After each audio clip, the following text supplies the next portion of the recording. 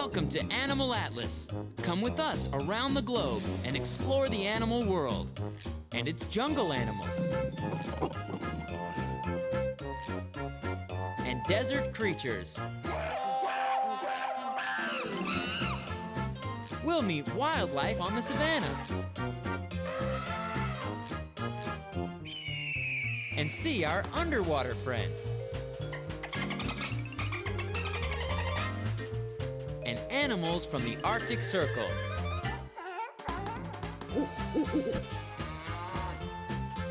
Anywhere, everywhere animals live. It's always an adventure.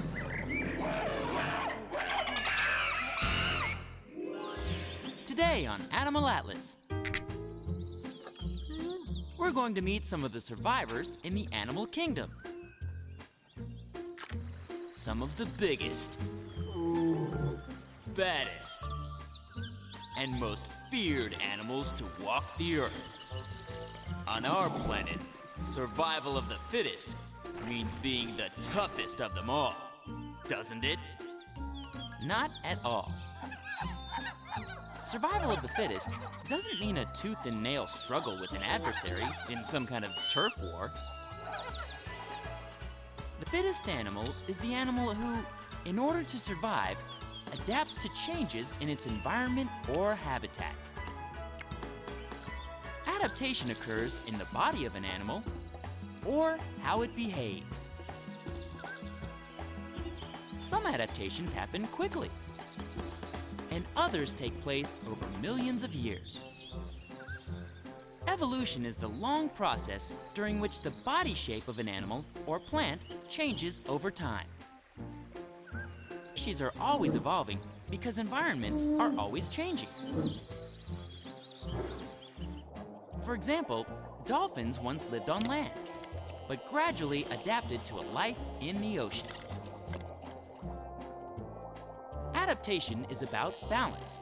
Though something might be lost, something else is gained. Dolphins may have given up life on land, but they've gained a life at sea. The penguin is a bird with wings who is now unable to fly. Where the penguins live in the frigid Antarctic region, flight isn't as important as swimming. So, the penguin's wings have adapted into flippers. The ocean, for the penguin, is a source of food and a place to hide from predators. So giving up flight for aquatic capabilities was the way to survive. Not all adaptation is a trade-off. Sometimes there's just something gained. Puffins from the northern hemisphere are known as sea parrots or clowns of the sea.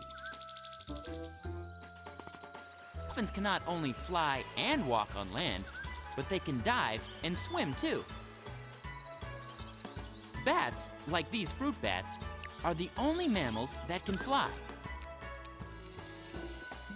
Their ancestors were small mammals that lived in trees, and over millions of years, these mammals grew flaps of skin on their bodies in order to glide from one tree to another to find food. While fruit bats gained wings, and penguins use theirs as flippers, we recognize that wings, other than those that belong to insects, are part and parcel of birds. Scientists believe that a few early reptiles evolved into birds. What? This lorikeet and this snake are related? Well, maybe not precisely. But when you realize that they may have a common prehistoric ancestor, there is something dinosaur-like about some birds. And most reptiles. Think about it. Neither birds, or aves, and reptiles are mammals. Yes, birds are warm-blooded.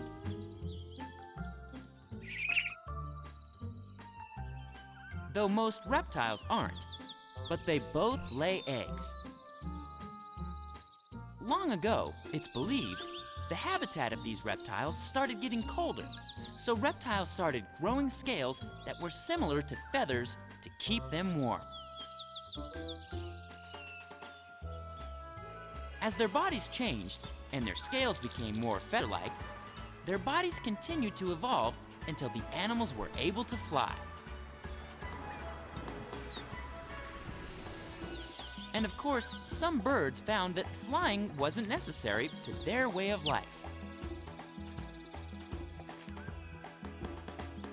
And some reptiles opted for a hard protective shell rather than fluffy feathers for their way of life. Turtles took to the water, and their webbed feet demonstrate their adaptation to the life aquatic. While tortoises marched across the land, their massive digger's feet clearly adapted to a terrestrial existence. When we come back to Animal Atlas, we'll meet some more amazing animals who adapted to their changing world. But first, let's see if you can guess this animal fact. What animal has remained almost unchanged for millions of years? A. Parrots. B. Crocodiles. C. Horses. Or D. Frogs. The answer coming up when we return to Animal Atlas.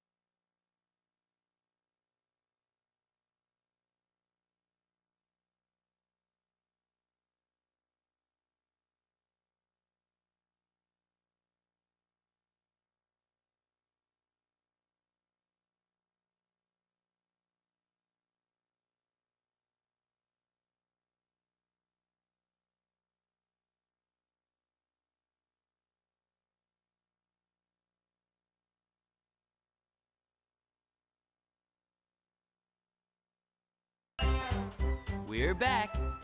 Did you guess the right answer to our question? What animal has remained almost unchanged for millions of years? The answer is B. Crocodiles. Yes, crocodiles and alligators look pretty much the same as they did when dinosaurs walked the earth. This doesn't mean these reptiles couldn't adapt. It just means that their environment, swampy rivers and coastal inlets in subtropical climates, haven't changed all that much since primordial days.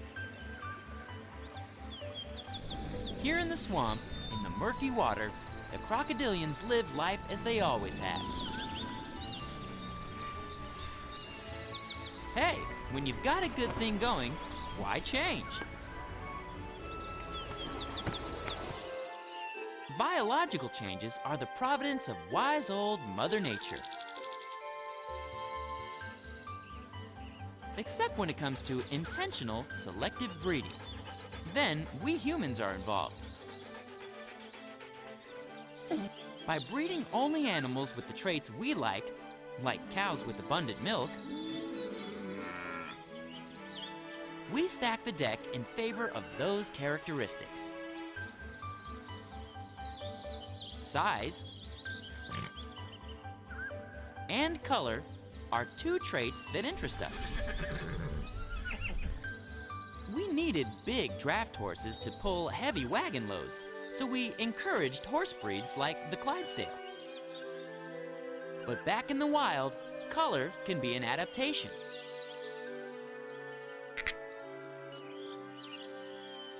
Brightly colored birds, like these parrots, and lorikeets abound in tropical rainforests where their riotous coloring allows them to blend in with the colorful flora rather than stand out.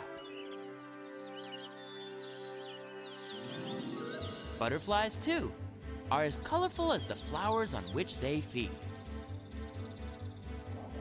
The way that colorful tropical fish blend in with brightly colored coral reefs in their tropical environment. Monochromic coloration is an environmental adaptation for the sake of camouflage. Like the way these ocean-living fish blend into the dark waters of the sea. While the leafy sea dragons have adapted so well to their respective environments that they are almost indistinguishable from the plants around them. When we come back to Animal Atlas, we'll see what other clever adaptations abound in the animal world. But first, let's see if you can guess this next animal fact. The polar bear has adapted to his cold aquatic environment by changes to its A. feet, B. fur, C. ears, D. body shape, or E. all of the above. Don't go away. The answer coming up right after this on Animal Atlas.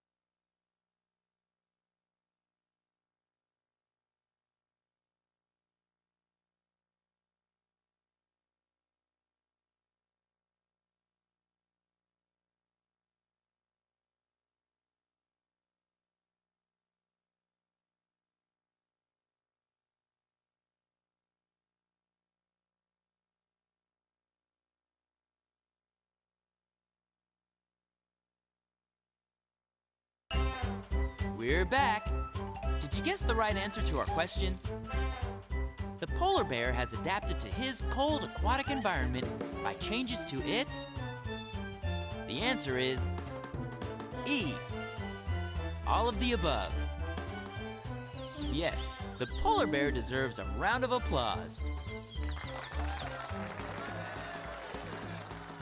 The polar bear is a bear like any other.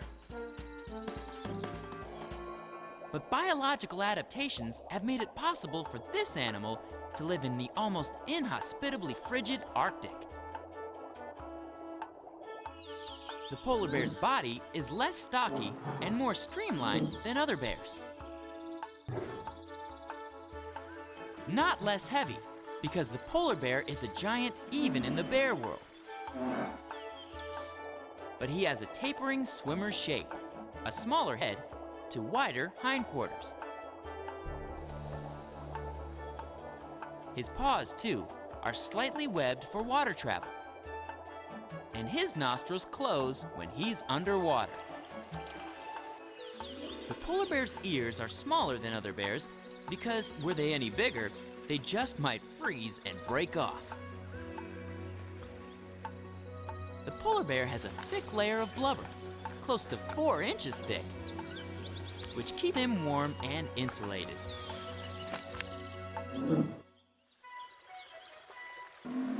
If the polar bear wins the prize for the best adapted mammal in a cold climate, the camel has to win the prize in the blazing heat. Amazingly, camels don't even begin to sweat until their body temperature rises several degrees above normal.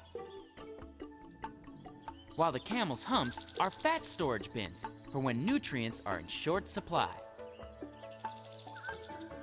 Who would have thought it looking at this benign profile? A marvel of adaptation. Llamas, like their cousin the camel, have a split upper lip, which they can use almost like fingers to pluck leaves from trees. When a body part, like lips in the llama's case, is adapted for seizing, grasping, or holding something, it's called prehensile. Some rhinos have prehensile lips for browsing. Though the winner of the most immediately recognizable long neck adaptation is the giraffe.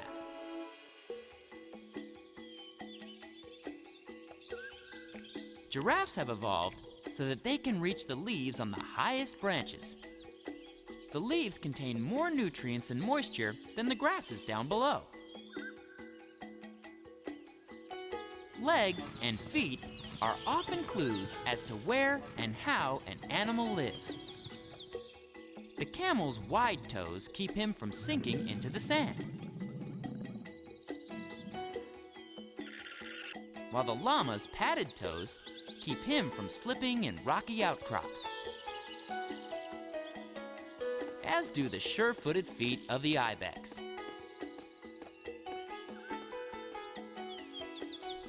Horses' hooves are hard, perfect for running in the open plains.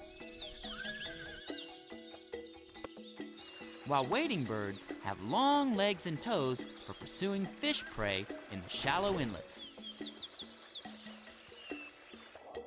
And ducks have short legs and webbed feet, ideal for paddling along.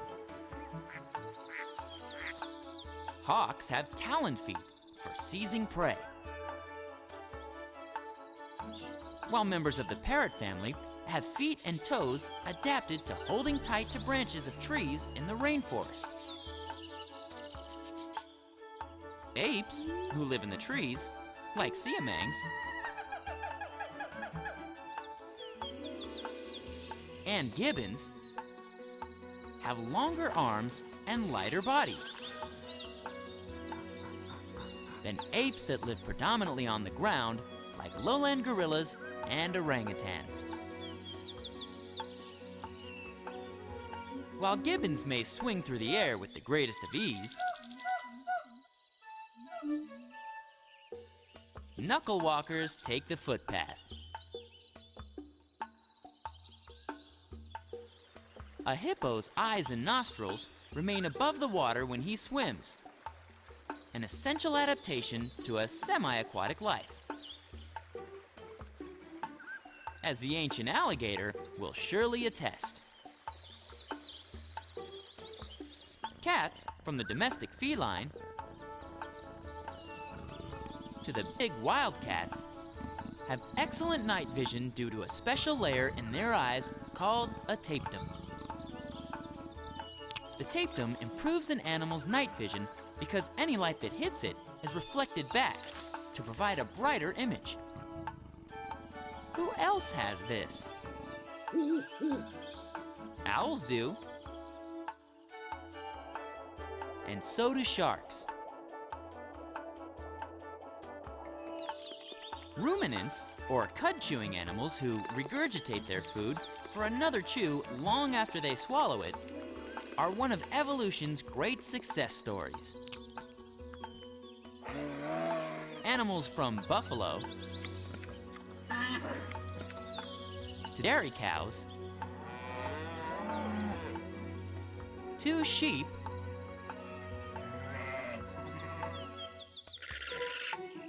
to llamas can graze or collect all the grasses they can possibly hold. But they don't have to stop grazing to divest it of its nutrients. That's done later, usually with friends and in a comfortable position. Gathering food for later is something that bees also do. All summer long, bees collect nectar and bring it to the hive in order to turn it into honey and store it for winter. The truth is, all the species of animals alive on our planet today are masters of adaptation. All have evolved into what they look like today from something else.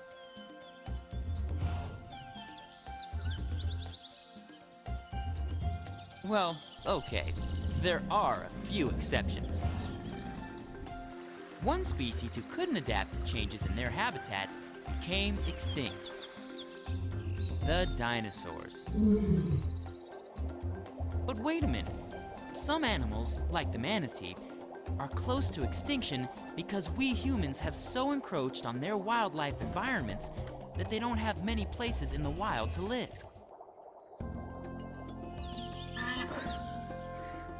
Or we have hunted them so aggressively that there are only a few of the species left, if any.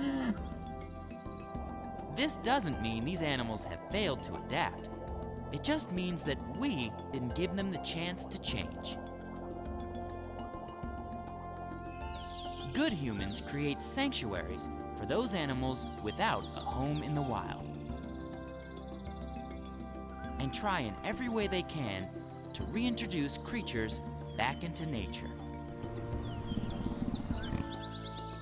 As the caretakers of all living things on this planet, we need to rally against extinction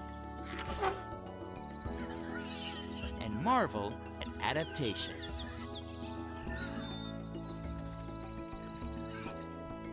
Because nothing is so beautiful as a creature who has conquered the elements and has become a thriving part of its environment.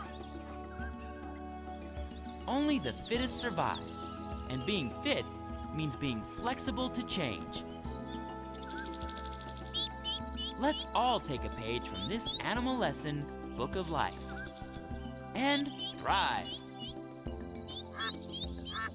Don't go away. Animal Atlas will be right back.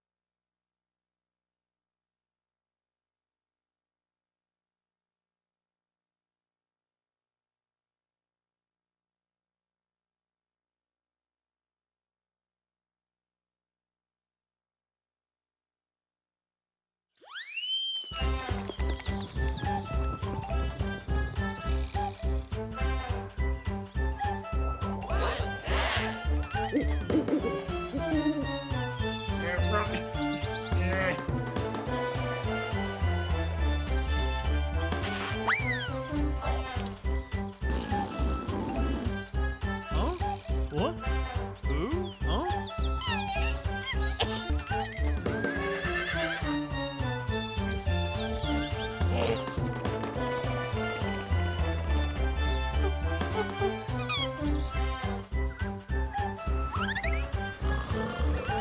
How many times have I told you?